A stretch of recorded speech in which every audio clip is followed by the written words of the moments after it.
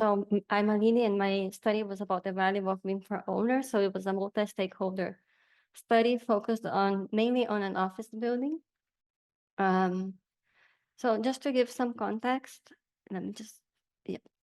The ANC industry is characterized by being extremely complex and unique in the sense that every new product or every product is custom, right? And partly due to that, there's a general lack of proof of value for digital innovation in this industry. So basically BIM. Both of these aspects kind of lead to a very slow adoption of digital technologies, especially when compared to other industries.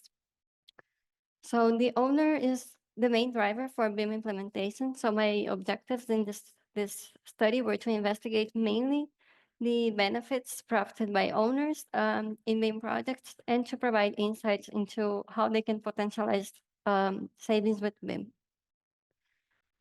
My study was largely based on a case study. So just to provide some context into the impact of the findings of my research, the case study is the integrated operation of Intercampus, which is a mixed-use development in central Lisbon, divided into 5 plots, which you can see in the image.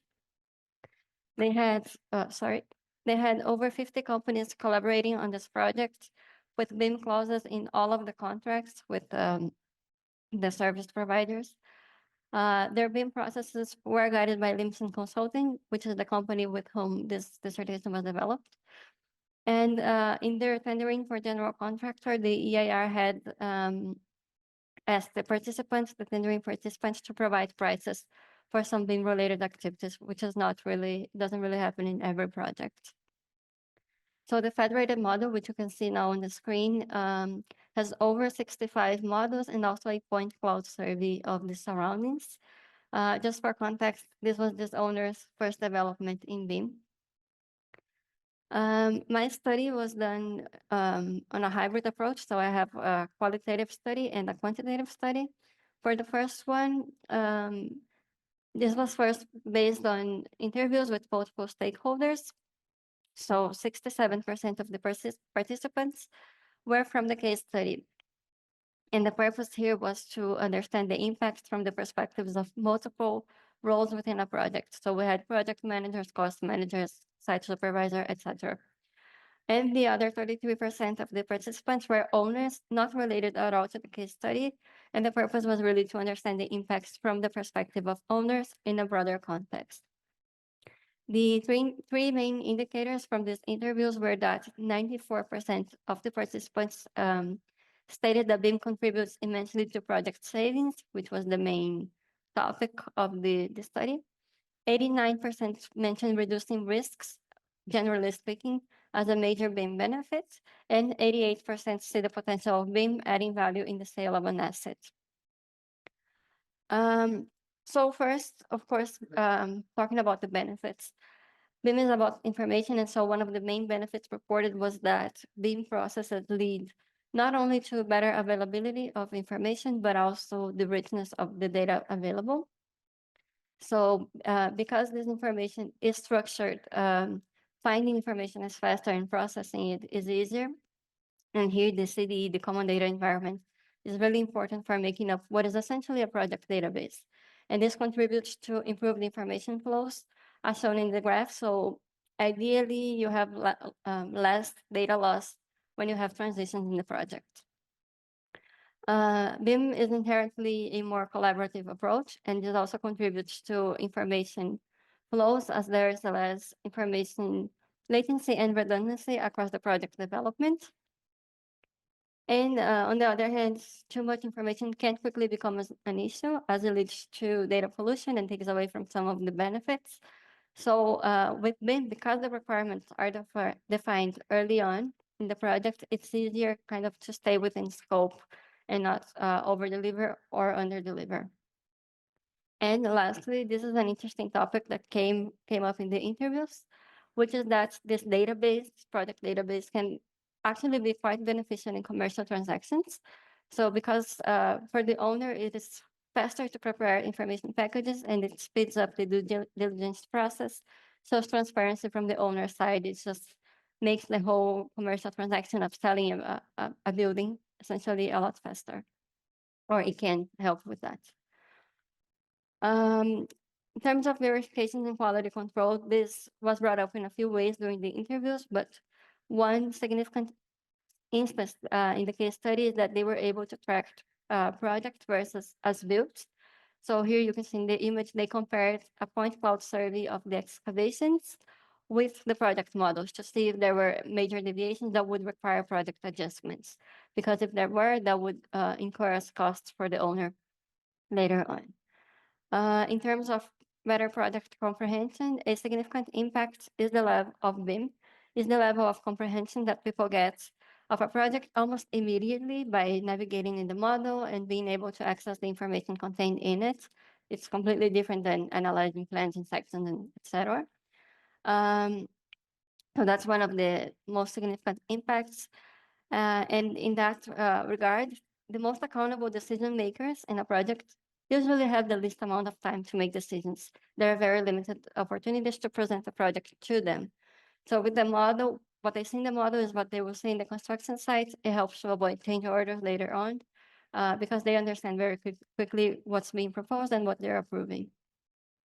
In terms of project coordination, this is maybe the most well-known advantage of BIM.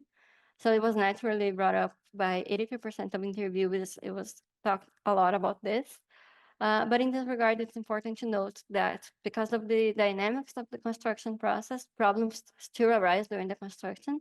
What happens is that the amount and especially the complexity of the issues is significantly lower.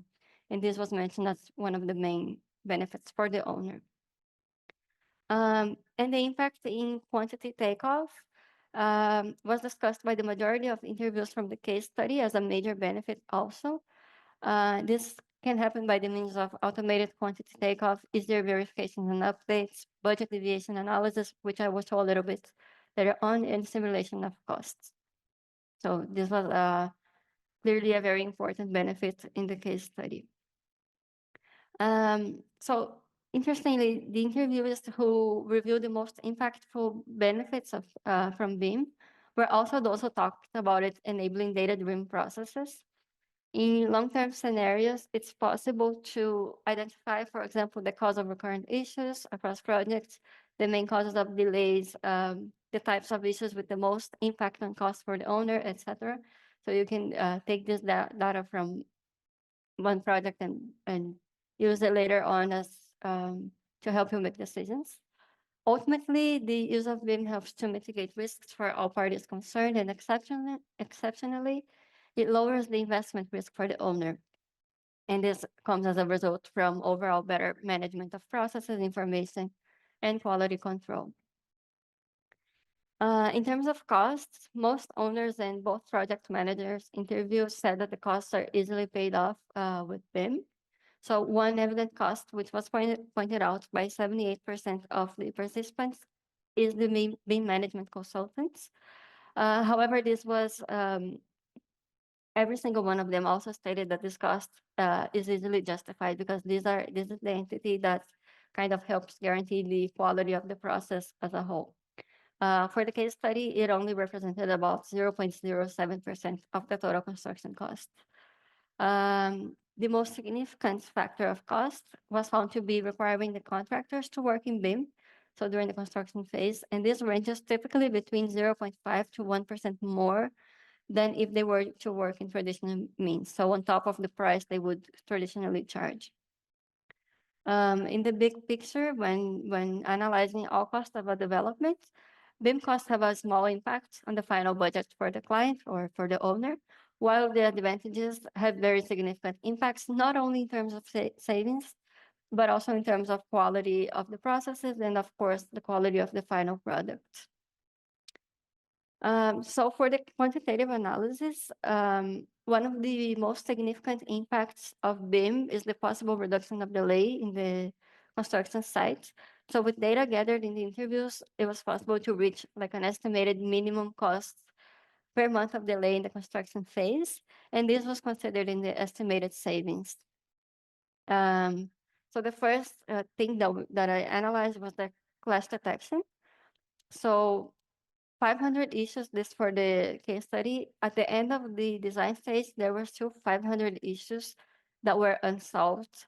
And Limson Consultants did an analysis to estimate the time it would have taken to solve these problems in the construction site. So based on that, by applying this estimated minimum cost per month of delay, the finding, I found that at least 4.35% of the total construction cost was saved by identifying and solving these coordination issues at an early stage, because they did a whole process to solve this before the construction stage. For quantity takeoff, as I mentioned a little bit before, the bills of quantities provided by the designers in this case study were not entirely deriving from the models. So because of this, Limson also made a quantity control, a quality control analysis, where they verified the quantities found in the models versus the bills of quantities. Based on this, I first identified which cost items had relevant quantity deviations. So this graph here shows for each discipline the percentage of items with underestimated prices in red, the percentage of items with overestimated prices in yellow, and in green the percentage of items that had the correct quantity. Then, considering the unitary price provided by the design teams, I determined the new cost estimates for these items, and by comparing with the cost estimate provided initially by the designer. So that's didn't come all from the model, and I compared that with this new cost estimate that I made. And I could understand the impact that this had on the budget of each discipline. So this graph here on the top shows for each discipline the total budget deviation, both in terms of underestimated items in red and overestimated items in yellow. And both of these actually represent extra costs for the owner in the end, so they don't balance each other out. If you have underestimated items, that will come as a surprise cost later on in the project. And for overestimated items, that's something the owner is paying for extra that he shouldn't be paying for. So in the end, both of these are extra costs for the owner. Then, considering the relevance of each discipline within the project budget, I could reach the impact of these deviations. So in the graph in the bottom, it shows this. By considering these 5 disciplines, only 65% of the budget was adequately estimated. In the end, the total amounts potentially saved by the owner from having this corrected before the tendering process added up to 5.69% of the total construction costs. So in some instances during the interviews, data regarding possible savings due to specific circumstances were shared. So the equivalent of at least 1.73% of the total construction cost was saved due to the analysis of some pre-existing infrastructure.